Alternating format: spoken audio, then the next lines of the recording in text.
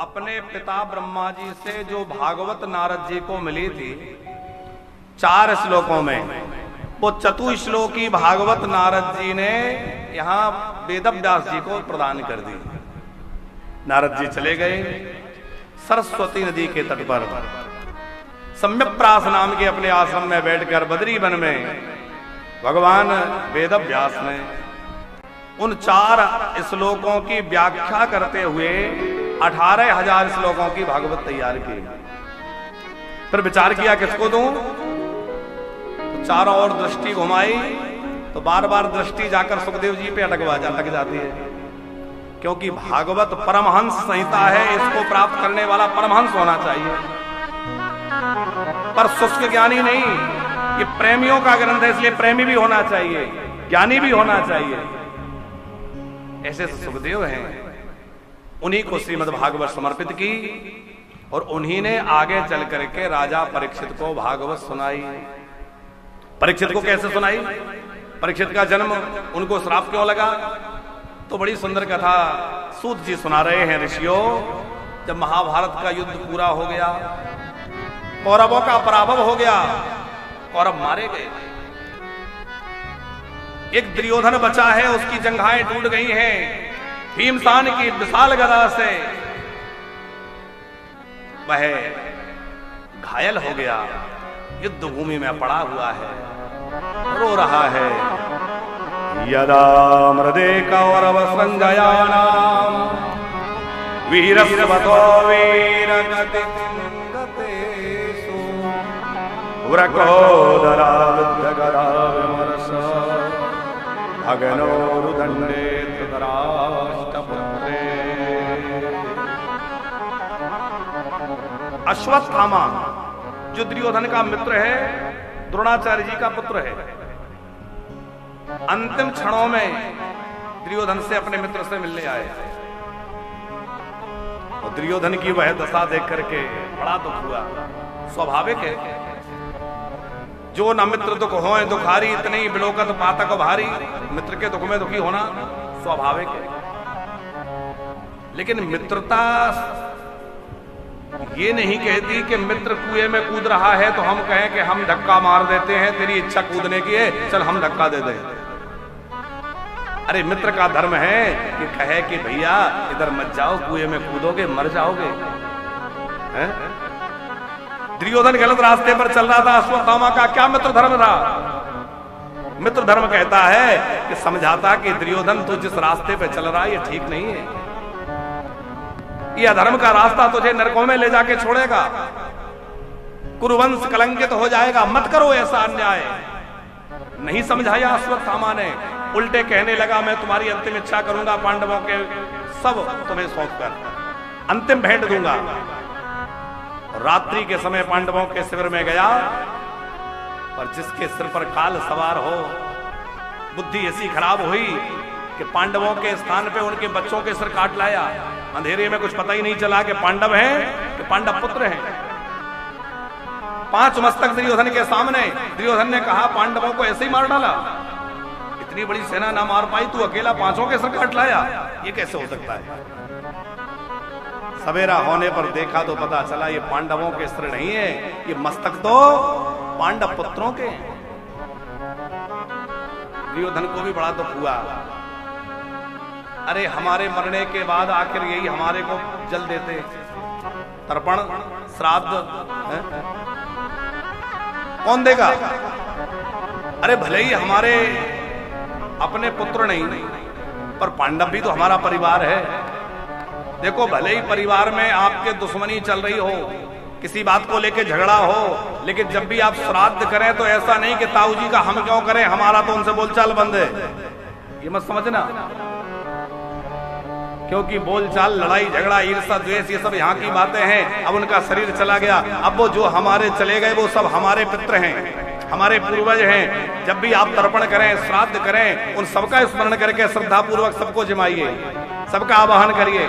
कभी ये भेद मुक्त करना कि चाचा से तो हमारी झगड़ा चल रहा था, हम उनको क्यों तर्पण करें। हाँ, समयलाल जी ऐसा भी लोग करते हैं। अभी श्राद्ध पक्ष आ रहा है, श्राद्ध पक्ष में सब लोग जल दीजिए अपने पितरों को, अपने पूर्वजों को। देखो वर्ष में कम से कम 16 दिन तो ऐसे निकाला करो कि उन 16 दिनों में अपने पितरों को कुछ ना दे सको तो पानी तो दो। जिन्होंने पूरा जीवन आपके लिए दिया, जीवन पर्यंत आपके लिए जिए, हमारे लिए आपके लिए उन्होंने क्या कुछ नहीं किया, और हम उनको पानी नहीं देना चाहते। अब ये तर्क मत करना कि पानी देंगे तो वहां पहुंचेगा कि नहीं पहुंचेगा, इसकी गारंटी है। आप कहेंगे आप कैसे कहा, हम नहीं गारंटी दे रहे, ये भैया हमारे वेद पुराण कह रहे हैं, और वेद और पुराणों में जो बातें कही हैं वो साक्षात भगवान की वाणी है? भगवान की वाणी झूठी हो सकती है क्या? आने वाले श्राद्ध पक्ष में जो कि 18 सितंबर से प्रारंभ होगा, आप सब लोग अपने अपने पूर्वजों के लिए, अपने पितरों के लिए खूब जल अर्पण कीजिए, तर्पण करिए, उनके नाम का उनकी तिथि में श्राद्ध करिए। जिस दिन माता की, पिता की, दादा दादी की तिथि, जो तिथियां याद हैं, चाचा जी की, ताऊ जी की, चाची जी की, ताई जी की, यदि आप चाहते हैं घर में सुख रहे, समृद्धि रहे, घर में आनंद रहे, ऐश्वर्य रहे, तो आप इन नियमों को करके देखिए। आपके पितर इतना आशीर्वाद दे के जाएंगे कि आपके घर में खूब सुख समृद्धि रहेगी। इसलिए इस बार श्राद्ध पक्ष में आप सब अपने अपने घरों में या किसी तीर्थ में जाकर अवश्य 16 दिन तक अपने पितरों को स्मरण करिए, और राग द्वेष सब भुला करके अपने समस्त पूर्वजों के लिए जल दीजिए, सबके तर्पण करिए, सबको श्राद्ध अर्पित करिए। अब तो वो देवतुल्य हो गए। हमारे यहां भी प्रतिवर्ष जो है पितृ महोत्सव यहां होता ही है। तो श्राद्ध पक्ष जो आने वाला है, इस पितृ पक्ष में, श्राद्ध पक्ष में 26 सितंबर से 2 अक्टूबर तक श्रीमद् भागवत की कथा होगी, सामूहिक तर्पण होगा, सामूहिक पिंडदान होगा। अब मान लो आपके अपने घर में व्यवस्था नहीं है तर्पण की, आपको समय नहीं रहता, अवकाश नहीं है, आपका ऐसा ऑफिस का टाइम है, कोई समस्या है, तो आप यहाँ ब्राह्मण को संकल्प देके कम से कम, देखो क्रिया का लोप ना हो, आप नहीं कर पा रहे, ब्राह्मण को संकल्प दीजिए, ब्राह्मण आपके नाम गोत्र से या तो अपने घर करे, वहीं करवाइए किसी ब्राह्मण को बुला के, या वहां नहीं करा सकते किसी तीर्थ में कराइए, यहाँ व्यवस्था है यहाँ आके कराइए, या यहाँ अपने घर बैठे संकल्प देके यहाँ करवाइए, पर अपने पितरों के लिए अवश्य जल दीजिए, श्राद्ध करिए, तर्पण करिए। यहां पूरे 16 दिनों तक तर्पण की व्यवस्था रहेगी, पहले दिन से ही। हम तो श्रीलंका चले जाएंगे 12 तारीख को, तो लौटना होगा 20 तारीख को, और 18 से श्राद्ध पक्ष प्रारंभ हो जाएगा। हम लोग 19 को कथा समापन श्रीलंका की करेंगे, और 19 तारीख की रात्रि में ही फ्लाइट पकड़ करके हैदराबाद उतरेंगे, पर वहां से दिल्ली की फ्लाइट पकड़ के तो 20 तारीख को वृंदावन पहुंचेंगे। उसके बाद यहाँ जो क्रिया का जो चल रहा होगा उसमें हम सम्मिलित हो जाएंगे। बाकी हमारे आचार्य जी और बाकी विद्वानों की जो टीम है, उसके द्वारा 18 तारीख से ही यहाँ तर्पण की व्यवस्था रहेगी। आप अपने घर में तर्पण नहीं कर पा रहे हैं तो यहाँ तर्पण करा सकते हैं। यहाँ नित्य प्रति ब्राह्मण भोज होता है। मान लो आपको अपने आसपास ब्राह्मण नहीं मिले या आप नहीं बना के खिला पा रहे, तो यहाँ तो लगातार होता ही है, आप यहाँ के ब्राह्मण भोज में जुड़ सकते हैं। उस समय आप चाहें तो यहाँ संकल्प करके और उसको अपना संपन्न कर सकते हैं। पिंडदान आदि क्रिया भी यमुना जी के तट पर आकर आप कर सकते हैं और श्राद्ध आपका यहाँ संपन्न हो सकता है। साथ में ही श्रीमद् भागवत को कहा है प्रेत पीड़ा विनाशनी। भागवत जो है वो प्रेत पीड़ा का निवारण करने वाली है। सप्ताहो अपि तथा धन्या, सप्ताह यज्ञ से वो भी पवित्र और मुक्त हो जाते हैं जो गया श्राद्ध से भी मुक्त नहीं हुए। तो आप यदि भागवत नहीं भी करा पा रहे हैं, वैसे तो देखो एक अच्छी व्यवस्था यहाँ ये लागू हुई है कि कई लोग इस बात को लेके भागवत का संकल्प मन में दबाए रहते हैं कि भागवत कराने की इच्छा तो है पर उतना बजट नहीं है। तो इस बात के लिए आप बिल्कुल परेशान ना हो कि कितना बजट है। यदि आप कम बजट में भी कथा कराना चाहते हैं तो वृंदावन में वानप्रस्थ आपके लिए सदा तत्पर है। यहाँ भी आप देख रहे हैं कथा चल रही है, हमारी माताएं आ जाती हैं, आप जितने लोग आना चाहें अपना परिवार लेके आ जाइए। तो यहाँ लाइट लगी है, टेंट लगा है, साउंड की व्यवस्था जमी हुई है, हमारे बड़े बड़े संगीतकार यहाँ सब बैठे हैं, ब्राह्मण आचार्य विराजमान है। तो आप लोग यहाँ, आपको कोई व्यवस्था करने की आवश्यकता नहीं। विद्वान ब्राह्मण, संगीतज्ञ, सब व्यवस्था यहाँ लगी रहती है, लाइट, साउंड, टेंट और चैनल पे कथा होती है। तो आप यदि कम बजट में भी कथा चाहते हैं तब भी आप वृंदावन में आके बड़े आराम से कथा करा सकते हैं। आपको उसके लिए सोचना नहीं पड़ेगा, जो बजट हो, बस ये बताना है कितने लोग आने वाले, क्या सुविधा, क्या व्यवस्था करनी है। तो अब आप अपने घर बुला के कथा कराना चाहते हैं, उसके लिए थोड़ी सी व्यवस्था आपको वहां बनानी पड़ेगी, वहां टेंट लगाना पड़ेगा, साउंड व्यवस्था, फिर हमारी टीम इतने लोगों की आ रही है, उसको ठहरने की व्यवस्था, भोजन की व्यवस्था, तो हमारी तो हम कर लें, हम तो अपना रसोईया लेके आते हैं। और समय लाल जी आपके रिश्तेदार आए, उनको संभालना बड़ा सरदर्द होता है। आजकल रिश्तेदार को समय पे पानी भी ना मिले ना तो बोले अरे भागवत कराई थी, देखा हमें तो ठीक से नाश्ता ही ना मिला, बुराई करते जाएंगे। यहाँ आके कराइए तो मौज में, वो भी वृंदावन दर्शन करें, भ्रमण करें, आप भी आके आप भी वृंदावन दर्शन करिए। और कथा के समय कथा, आपको चिंता नहीं कि दूध कहाँ से आ रहा है, कि सब्जी कहाँ से आ रही है, कि पूजा के फूल कहाँ से आ रहे हैं, सब व्यवस्था लगी मिलती है।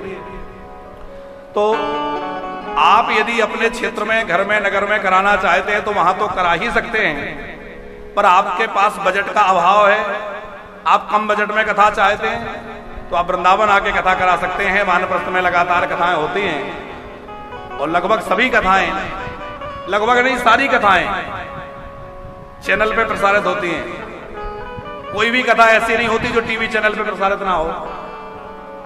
हमारा सोशल मीडिया तो चलता ही है, साथ में टीवी चैनल भी चलता ही है।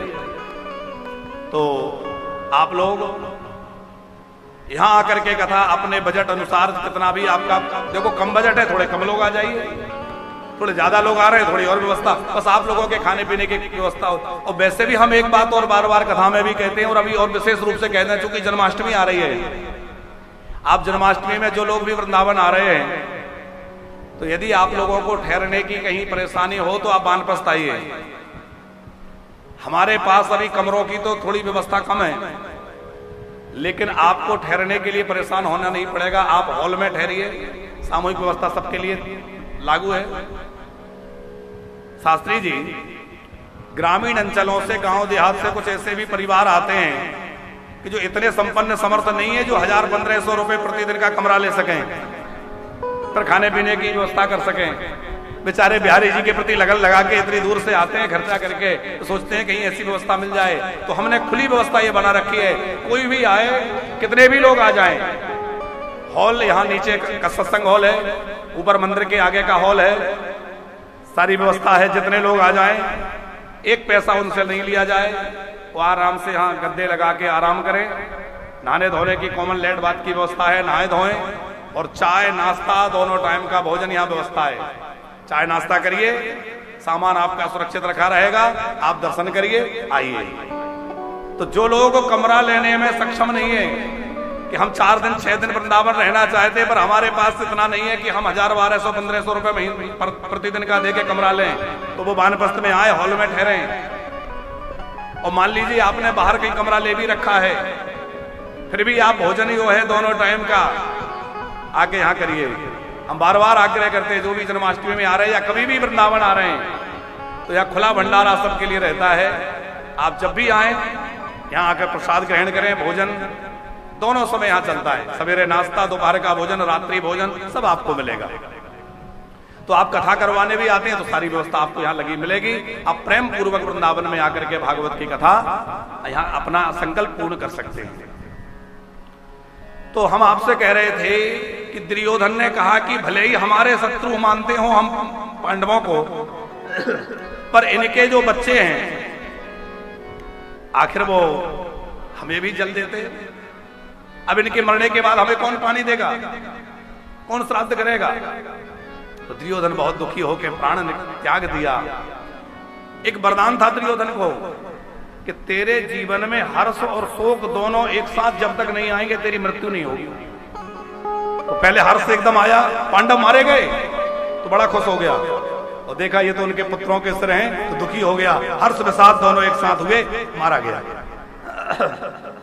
उसके बाद रोती हुई द्रौपदी ने अर्जुन को, पांडवों को, श्री कृष्ण को दिखाया ये क्या हो गया।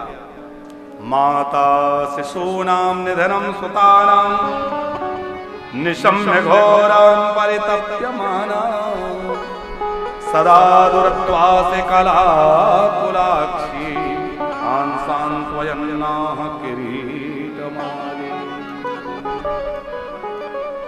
अर्जुन को पता चला, अश्वत्थामा को बंदी बना के द्रौपदी के पैरों में डाल दिया, पर एक ब्राह्मण पशुओं की तरह बंदी बना हुआ चरणों में पड़ा है। यह उस क्षत्राणी, उस धर्मपरायणा दयावती द्रौपदी को सहन नहीं हुआ, क्योंकि वो कृष्ण प्रेम में डूबी हुई कृष्ण की बहन कृष्णा, वो द्रौपदी बड़ी भगवत भक्त है।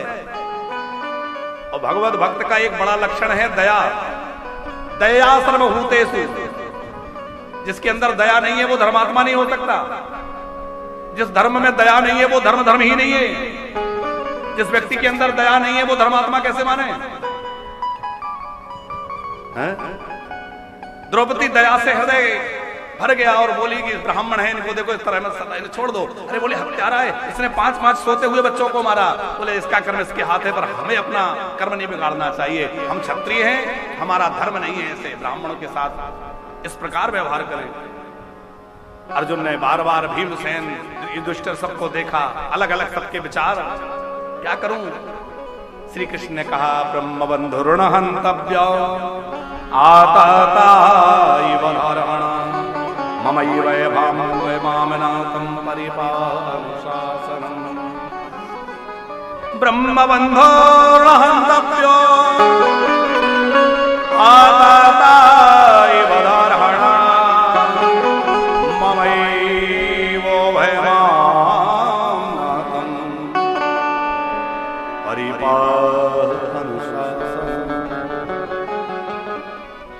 ब्राह्मण का, संत का, कोई महापुरुष का अपमान उसकी मृत्यु है। ध्यान रखना, आपने किसी ब्राह्मण का अपमान कर दिया तो ब्रह्म हत्या लग जाएगी। किसी साधु पुरुष का, संत महापुरुष का अपमान भी उसकी हत्या ही है। बपनम द्रवणादानम स्थानानि निर्यापणम तथा एष हि ब्रह्म बंधूनां बधोनान्योऽस्ति देहिका। किसी को अपने घर से धक्के देके निकाल दो, किसी को अपशब्द कह के, भला बुरा कह के उसको अपमान कर दो, किसी को पकड़ के उसका जबरदस्ती सर मुड़वा देना, ये सब उसकी मृत्यु ही है। अश्वत्थामा का सर मुड़वा कर, धक्के मारकर शिविर से अर्जुन ने बाहर कर दिया, मारा नहीं, आखिर ब्राह्मण है। अश्वत्थामा ने पांडवों को निर्वंश करने का निर्णय किया, 5 पांडवों के ऊपर अस्त्र छोड़ा और पांडवों की पुत्र वधू उत्तरा, जिसके गर्भ में पांडवों के वंश को आगे बढ़ाने वाला वंशधर है, उसके ऊपर ब्रह्मास्त्र चलाया। धन्य है उत्तरा की शरणागति, धन्य है उत्तरा की अनन्यता। उसने किसी और को नहीं पुकारा, द्वारिकाधीश को पुकारा। भगवान द्वारिकाधीश ने उसके गर्भ की रक्षा की, उत्तरा के गर्भ की रक्षा प्रभु ने की, पांडवों की रक्षा की। कुंती ने बड़ी प्यारी भगवान की स्तुति गाई है। भगवान द्वारिका पधारे, पितामह भीष्म के अंतिम दर्शन भगवान ने दिए हैं। भीष्म पितामह की बहुत सुंदर स्तुति भागवत में है।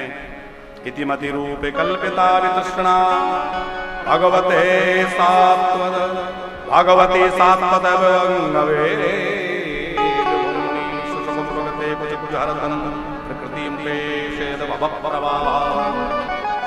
भीष्म पितामह के प्रयाण के बाद भगवान द्वारिका पधारे। परीक्षित जी का जन्म और बाद में इन्हीं परीक्षित महाराज को समीक ऋषि का श्राप 7 दिन बाद तक्षकनागी तो भगवान की इच्छा से सब हुआ। और वो जब सब त्याग के गंगा के तट पर बैठे तो वहां सुखदेव जी ने आकर उनको भागवत सुनाई है। बड़ा दिव्य आनंद वहां हुआ है, क्योंकि जहां भगवान की कथा बरसे वहां तो आनंद।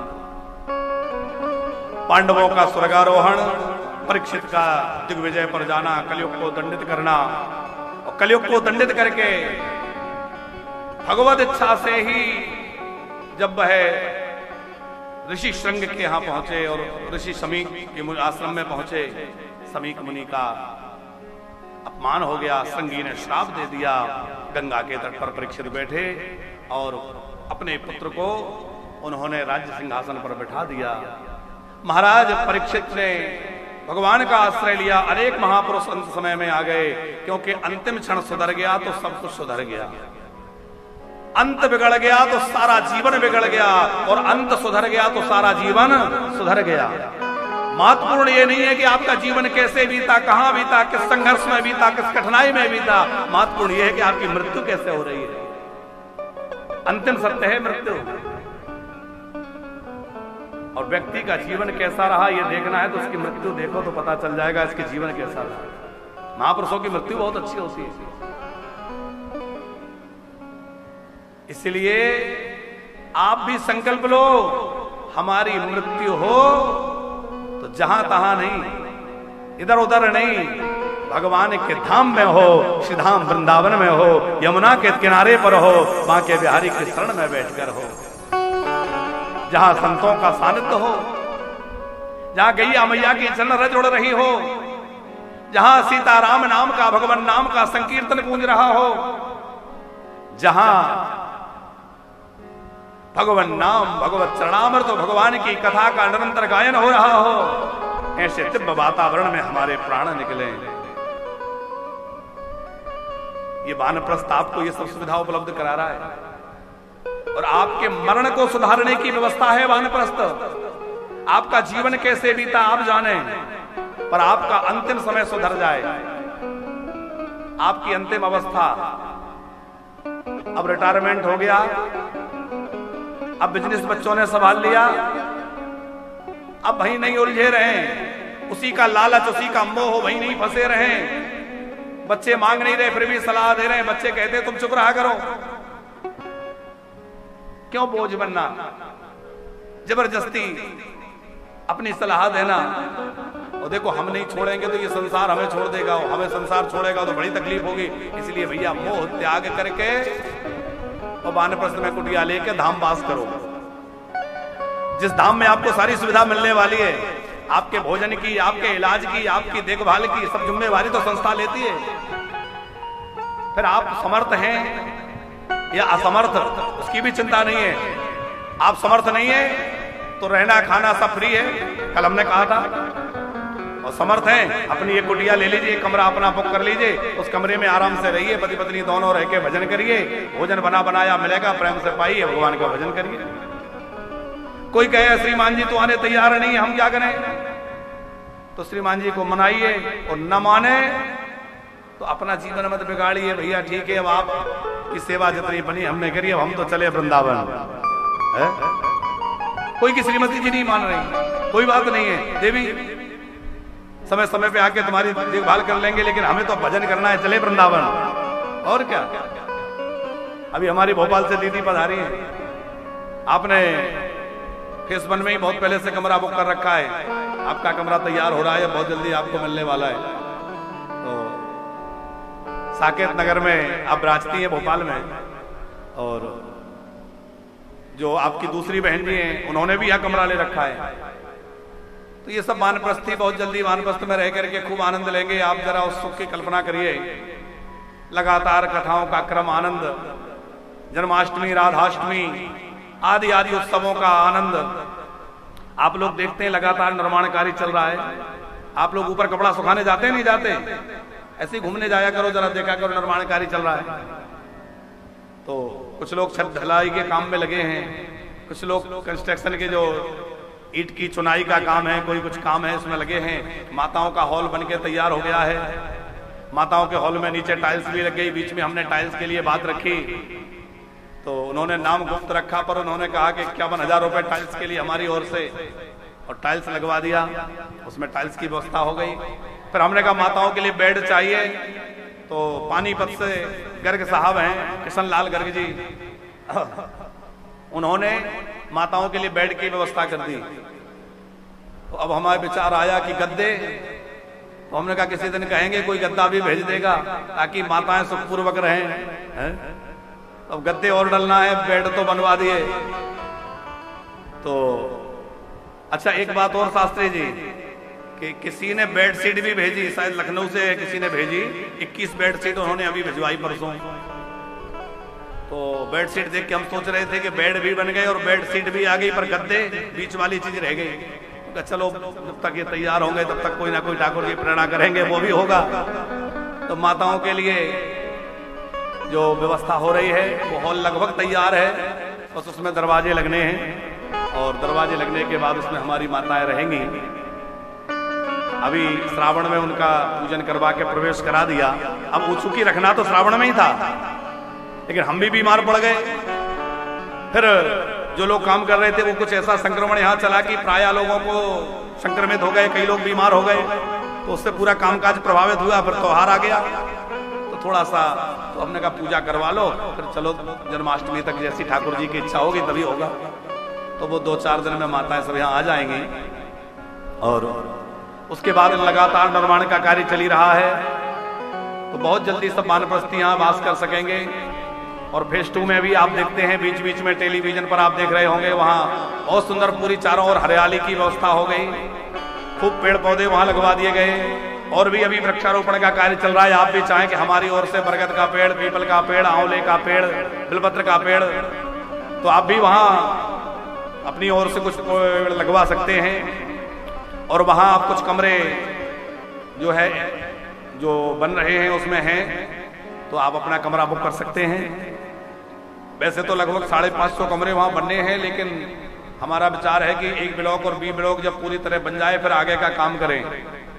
A, B, C, D 4 block वहाँ तैयार होने हैं। तो A ब्लॉक पूरी तरह बुक हो चुका है और उसका निर्माण कार्य प्रारंभ हो गया है, उसका स्ट्रक्चर तैयार हो गया है, स्ट्रक्चर खड़ा हो रहा है। और B ब्लॉक में भी लगभग बुकिंग पूरी होने वाली है, और B ब्लॉक की बुकिंग पूरी होते ही अभी बुकिंग रोक दी जाएगी, और जब ये A और B ब्लॉक बन जाएंगे तब आगे का क्रम पर प्रारंभ किया जाएगा। तो आप भी ब्रजवासी बनना चाहते हैं, धाम वास करके अपना जीवन बिहारी जी के चरणों में सौंपकर और वृंदावन धाम में अपना अंतिम समय व्यतीत करते हुए भगवान के भजन में लगना चाहते हैं। देखो, घर की रोज रोज की झंझट, घर में अकेलापन, घर में दूसरों के आश्रित रहना, नौकरों के भरोसे रहना, कि बहू के ताने सुनना, उससे अच्छा है कि वृंदावन वास का निर्णय ले लो। एक बार कठोर निर्णय ले लोगे तो फिर आनंद ही आनंद है। दूसरी बात यह है कि आप परमानेंट नहीं भी रहना चाहते, फिर भी आपने यदि अपना एक कमरा यहाँ ले रखा है तो जब मर्जी आप आएंगे, 10 दिन, 5 दिन, 15 दिन आप रहिए। आजकल आप देखते हैं कितनी भीड़ वृंदावन में है, कमरा जल्दी मिलते नहीं, मिलते हैं तो मनमाने रेट में। आपका अपना कमरा है, जब मर्जी आइए, अगर ताला खोला, 4 दिन, 10 दिन, 15 दिन रहे, ताला बंद किया, चाबी कार्यालय में जमा करिए, चले जाइए। चाबी जमा करने का इसलिए कह रहे हैं, अब आप चले गए 4 महीने, लौटे नहीं, चूहा सारा बिस्तर खा गए। अभी एक भैया ताला लगा के चली गई, बिजली का शॉर्ट सर्किट हो गया, यज्ञ चल रहा था उसके पास की बात है, तो बड़ी दिक्कत हुई। फिर उसको तुरंत हमने तोड़वा करके और उसको सही करवाया, कहीं ज्यादा कुछ ना हो जाए। तो इसलिए कार्यालय में चाबी जमा रहे। हाँ, आपका कोई कीमती सामान है, आप एक अलमारी रखिए, उसमें बंद करिए, ताला लगाइए और उसकी चाबी अपने पास रखिए। कमरे की बराबर साफ सफाई होती रहे। अब जिनको कभी कभी आना है, साल में 4 बार 10 बार आना है, तो वो जितने दिन रहना है पहले खबर कर दें, उनका कमरा उनको रेडी मिलेगा। आराम से जितने दिन रहना रहे, ताला बंद करें, चाबी जमा करें, घर चले जाएं। जो परमानेंट रहना है उनके लिए तो कमरा उन्हीं के लिए समर्पित है, पूरी तरह रहें, कोई मनाही नहीं है। और वो आराम से यहीं भोजन करें, यहीं भजन करें, यहीं निवास करें, यहीं अपना जीवन भर आनंद लेते हुए भगवान के चरणों में उनका स्थान हो। तो ऐसी सुंदर व्यवस्था हो रही है। अभी श्राद्ध पक्ष के लिए हमने आप सबसे चर्चा की। श्राद्ध पक्ष में जो श्रीमद् भागवत की कथा होगी उसमें आप पोथी भी रखवा सकते हैं अपने पितरों के नाम से, और तर्पण और श्राद्ध के लिए भी यहाँ आप अभी से जुड़ सकते हैं।